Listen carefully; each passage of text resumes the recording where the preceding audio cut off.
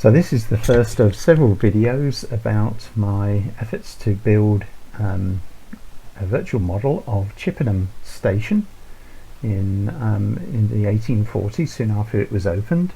And this is the illustration of Chippenham in the Illustrated Guide to the GWR.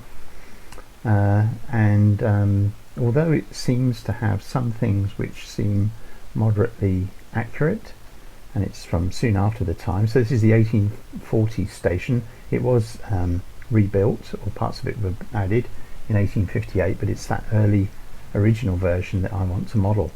And you can see here that there are several platform faces. We've got two tracks here and what appears to be a single track there. And what I've had to do is, or what I've been able to do rather, is to download from Network Rail archives some of the original plans, which actually have created more questions than than answers. So if I just run onto one of these plans, that's the sort of plan I've been able to download. These are all examples of the plans which I have available, but this is the key plan because this is the track plan. And it rather threw me when I tried to compare this with that original illustration, because we've got obviously two running lines, an arrival and departure or up and down platforms, I would imagine by now. And then we've got this centre road coming through, this line here, parallel line, and you can see the pillars going along there that supported the centre roof. And then we've got some offices here, waiting room, ladies' waiting room, and a parcels office. Something else there, I can't quite work out what it is. Oh, urinal, gents urinal, and some other offices here, I think, rather than stairs, I'm not sure, but there's obviously waiting rooms there because you can see seats. And this is from, I believe, from the original station plan. So our platforms, we've got one platform running along here, and these are the main booking office. I mean, this is still there, this is still part of Chippenham Station today. We've got the booking office, parcels office, first class ladies waiting room, first class waiting room here, first class ladies, superintendents, what's that, urinals for the gents, second class ladies, obviously no second class gents, a parcels office, or maybe they're over here. Yeah, there's more urinals there, telegraph porters, stores and lamps. Okay, so that seems fairly straightforward. We've got apparently two bays which come to an end here, and then the platform is in this, platform edge is there for this line, and here, either side of this centre running line, or this centre line, whatever it is, and the main platform here next to all the station offices, and these two bays for terminating. Now I don't see any turntables for linking these together, as was common, say, in Bristol, where the station staff could hand shunt, push individual carriages and wagons to make up trains. So that's something to sort of try and find out about. But these dimensions have been very useful. And if we just go on, this is also from those National Network Rail archives. So it gives me some idea of the look of the station. Again, it doesn't really compare well with the illustration in the Illustrated Guide to the GWR. Anyway, this gives us the transverse section, so you can see the overall roof, and you can see here we've got that single centre road going through here, and these are those offices. So this is the end where the bay platform ends, just the other side of these offices, and here is the main offices with the platform serving that. Actually, the two platforms serving that there. That's got platform either side. Is that right? Yes, it is. We've got a platform either side. So very much a different, a very, sort of not even early Victorian, is it? It's it was King William the something or other, William the Fourth period when this was being built. And these are various plans that I've located, but these are all for the later rebuilds, so they're not really of much use. But we've got the end elevations here, which I've used, or I'm going to intend to use. It gives me a good plan. And happily, there's also plans of the station offices and the upper parts of the roof. Now I can zoom right in and utilize these. And this was all built in Cotswold stone, so I'm going to make a texture of Cotswold stone, and then obviously the other textures that I need. And this ties in quite nicely with that plan. And here's a longitudinal section inside the station, including the what's called the gallery. Rather nice, rather than a footbridge. And then we have some more details of the layouts of the waiting rooms, and these are from the 1858 period. Very, very faint, and again that's a repeat pretty much of that station layout. Okay, so that's what I've got to work with, and I've got some nice ones here to work with, so you can get an idea. I've got quite a bit of information there for making up Chippenham Station, but the track plan has thrown me and has delayed my start of this. So let's have a look in Gmax. So what I've done here is I've created some textures. Let's just correct the texture. There we are.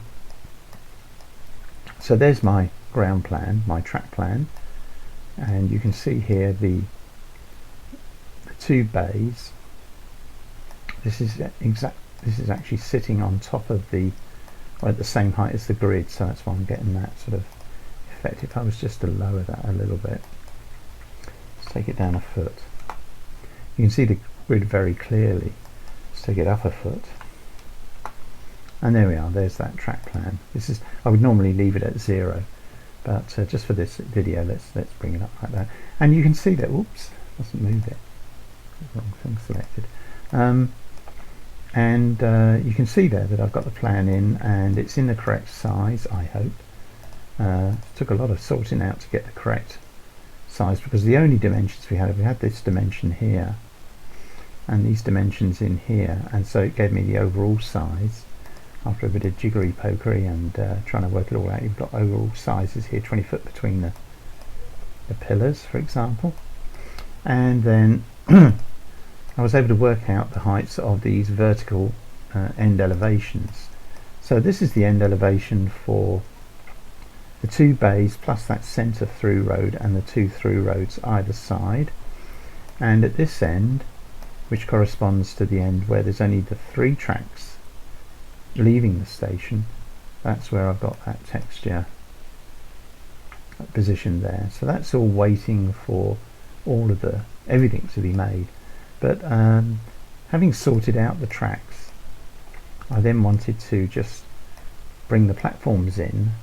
So I'll unhide them. They're hidden at the moment in this. I'll unhide them, and essentially they're a series of blocks, of extruded blocks, because they all have, if we look at them in profile down here, let me just zoom in, you'll see now, although this isn't quite aligning, it is correct, because I've had to make a number of, well, educated guesses to position them correctly. So this one is much more, it's getting the proportions of this, the actual size of it to match, and it does match the one at the other end now, and the one at the other end I'm confident is correct. Okay, so if I go into wireframe, you'll see that these platforms, that's going to be for the asphalt top here, and the actual front ledge, the rail side edge, and then it'll be brick here. So that gives me the platforms, and the height that I'm going to is 4'3", which is the standard height I'm using on all my platforms apart from the narrow gauge ones. And you can make out just on there, if I zoom in a little, you can see all of these are from that same extrusion, but of course the widths are different, and some are single edge. So this one over here, which is going to be a composite of several pieces, because I've got to allow, these are the bases for either just platform here or for platform and offices. So they're all going to be raised up, and then I shall fudge the sort of street end, because normally the entrance is almost level, but it's going to sit on top of this 4'3", so I'm going to put some sort of ramp effect there just to spoof that. So that gives me my basic coordinates. All of these will be joined together, or at least all the tops will, yes, all of them will be joined together, so that I can use a single texture on them all in a united way. So I can select all of these tops here, the surface of the platforms, and get a uniform flow of the texture right across. So a subsequent video will show how I'm doing that, but at the moment I'm just using these bubblegum colours to differentiate the different sections of this single platform, which I'm going to be building. So there we are, that's the beginning of Chippenham Station, and it's going to be quite a project in many ways. I'm going to add my own broad gauge track into this. I'll put in attachment points for the track, and I'll be releasing it. When I do finally release this, goodness knows how many months away, it will probably use my non-tane track. In other words, the one that won't make automatic junctions and all the rest of it, just so that it's compatible with earlier versions of Trainz, although that is not my object. You can see here over on the left, that is all that facade which I've got to model, and what is hidden here by all of these. So if I go back and just not going to hide, well, let's just hide one of them. If I just select that one, you can see here I've got all the detail of the offices to do there. And actually what we've got there is the base. You can see that base that extends around, and that is a square end, so that's not going to be, I'm going to have to change all of these, rather chop them back a bit, and then add in a section which will be a rounded end all the way around. So I should do that as well, and that's in Cotswold stone as well, as far as I can see from photographs of the station. Unfortunately I'm nowhere near it geographically, so I'm relying on those sort of sources. So there we are. Clearly by the time we got to 1858 the station plan was being altered. I suspect that these bays were for loading carriages and horses, although they're strangely located. Normally that would be off to one side on a typical Brunel station. So maybe it was for short journeys, but if anybody has any knowledge whatsoever of the early configuration of Chippenham Station, I'd be very pleased to hear about it. So there we are. Just a final thing for those of you who are looking for modelling tips. Let me just show you, this is one of the platforms. So if I zoom in, I think I can show you if I remove the editing, which was to correct the distance, because it was just a short piece, and I remove the extrusion, which was just for 72 feet, then here, that is the spline, the editable spline that matches with the platform, that is the platform profile. So if I go back, I add in the extrusion, and then I add in the edit mesh.